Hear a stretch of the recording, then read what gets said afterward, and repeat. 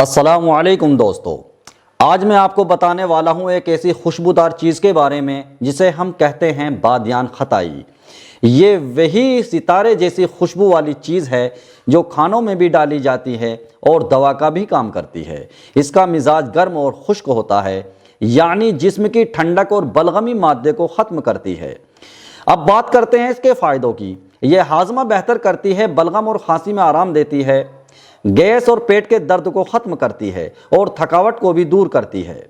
इस्तेमाल का तरीक़ा: 2 कप पानी में 1 या 2 फूल बादियान खताई के डालकर 10 मिनट उबालें और शहद या नींबू शामिल करके पी लें। बस याद रखें, ज़्यादा इस्तेमाल नुकसान दे सकता है, ख़ास तौर पर हामला ख़वातीन एहतियात करें।